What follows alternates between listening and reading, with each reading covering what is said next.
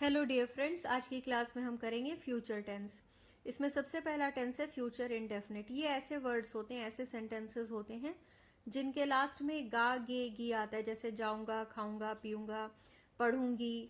ऐसे वर्ड्स होते हैं। इसका रूल बहुत इजी होता है। आई और वी मतलब सिर्फ मैं और हम के साथ शैल आता है। बाकी दूसरे जितने भी सब्जेक्ट्स हों, जैसे यू, ही, शी, इट, दे या नेम हो किसी का, तो हम उनके साथ विल लगाते हैं। लेकिन कुछ ऐसे भी कंडीशंस होते हैं जहाँ पे आई और वी के साथ विल आता है और बाकियों के साथ शैल आता है। जैसे थ्रेट, धमकी अगर किसी को देते हैं, जैसे कि कहते हैं मैं तुम्हें कोर्ट में घसीटूंगा, मतलब I will sue you in the court. तो यहाँ धमकी दे रहे हैं तो आई के साथ में शैल नहीं विल आएगा। वैसे ही अगर मैं कहूँ कि तुम्हें इसकी भारी कीमत चुकानी पड़ेगी, मतलब धमकी दे रहे हैं, तो वैसे तो यू के साथ विल आता है जनरली, लेकिन क्योंकि यहाँ धमकी है तो यू के साथ शैल आएगा। अब डिटर्मिनेशन, दृढ़ निश्चय है, तो लिखा है our student shall pass this year. अब हमें पूरा यकीन है कि हमारे स्टूडेंट्स इस साल पास हो जाएंगे। तो ये आई और वी तो नहीं है, आई और वी के साथ शैल होना चाहिए था, लेकिन क्योंकि दृढ़ निश्चय है तो यहाँ स्टूडेंट्स की बात कर रहे हैं तो भी हम शैल ही लगाएंगे। यहाँ पे वैसे जनरली स्टूडेंट्स के साथ में विल होता, लेकिन क्योंकि दृढ़ निश्चय की बात है तो यहाँ शैल लगा। We will lend him our support, हम उसे अपना सपोर्ट देंगे। सपोर्ट देना मतलब दृढ़ निश्चय अब कर लिया उन्होंने, तो वी के साथ शैल नहीं विल लगाया है। प्रॉमिस, अगर किसी से वादा करते हैं, अब जैसे I will protect you at any cost, चाहे कुछ भी हो जाए, हर कीमत पे मैं तुम्हारी रक्षा करूंगा। अब यहाँ वो कसम खा रहा है तो यहाँ पे आई के साथ शैल नहीं विल होगा। लिखा है माई सन शैल पे ऑफ योर डेट्स। पे ऑफ का मतलब होता है उसका वो कीमत चुकाना। है कि मेरा बेटा तुम्हारे सारे कर्ज कर्ज चुका देगा। अब जब कर्ज चुकाने की बात है, वो कसम खा रहा है, तो यहाँ पे माई सन के साथ में शैल लगाया गया है। डेट्स मतलब होता है कर्ज। अब एक एग्जाम्पल देखते हैं। लिखा है कि वो एक ही दिन में ठीक हो जाएगा। ठीक होने को हम कहते हैं रिकवर। तो अगर सिंपल में लिखा जाए तो इसे हम कहेंगे he will recover with in a day. एक ही दिन है ना, तो इसलिए विद इन अ डे। अब अगर इसी का नेगेटिव बनाना होगा तो हम कहेंगे he will not recover with in a day. Will not मतलब नेगेटिव बता रहा है कि वो एक दिन में नहीं ठीक हो पाएगा, या एक ही दिन में वो ठीक नहीं हो जाएगा।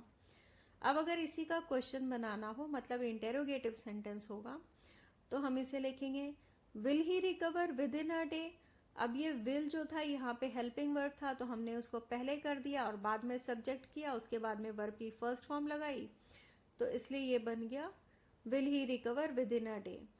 और अब अगर नेगेटिव इंटेरोगेटिव सेंटेंस की बात करें, नेगेटिव मतलब जिसमें नहीं का बोध हो और इंटेरोगेटिव मतलब जिसमें प्रश्न हो, तो अब ये सेंटेंस बनेगा will he not recover with in a day.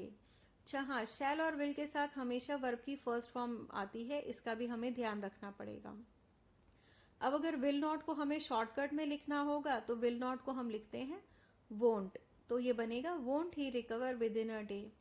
होता क्या है, जनरली लोग इसमें कंफ्यूज हो जाते हैं। वोंट को लोग समझते हैं कि ये वुड नॉट है, लेकिन ये वुड नॉट नहीं है, ये विल नॉट का ही शॉर्टकट है। शैल नॉट को हम शैंट कहते हैं, विल नॉट को वोंट, शुड नॉट को हम शुडंट कहते हैं, और जो वुड नॉट होता है उसको हम वुडंट कहते हैं। अब हमें इसमें ध्यान ये देना है कि जब भी शैल और विल आता है तो उसके साथ में हमेशा हमें वर्ब की फर्स्ट फॉर्म लिखनी होती है, जो मैं इसमें बताना भूल गई हूँ, आप उसे नोट कर लीजिए। अब देखिए यहाँ पे रिकवर लिखा है, रिकवर्ड नहीं है। अगर रिकवर्ड होता तो वो वर्ब की सेकेंड या थर्ड फॉर्म होती, लेकिन क्योंकि हमें वर्ब की फर्स्ट फॉर्म लगानी है इसलिए हमने इसमें रिकवर लिखा है। अब देखते हैं कुछ और सेंटेंसेस। अब ये सेकंड सेंटेंस है कि पुलिस दोषियों से सारी जानकारी हासिल करेगी। जानकारी को इन्फॉर्मेशन कहते हैं और हासिल करने को रिट्रीव। तो बनेगा police will retrieve all the information from the culprits, मतलब सारी जानकारी उन अपराधियों से हासिल करेगी, मतलब रिट्रीव करेगी।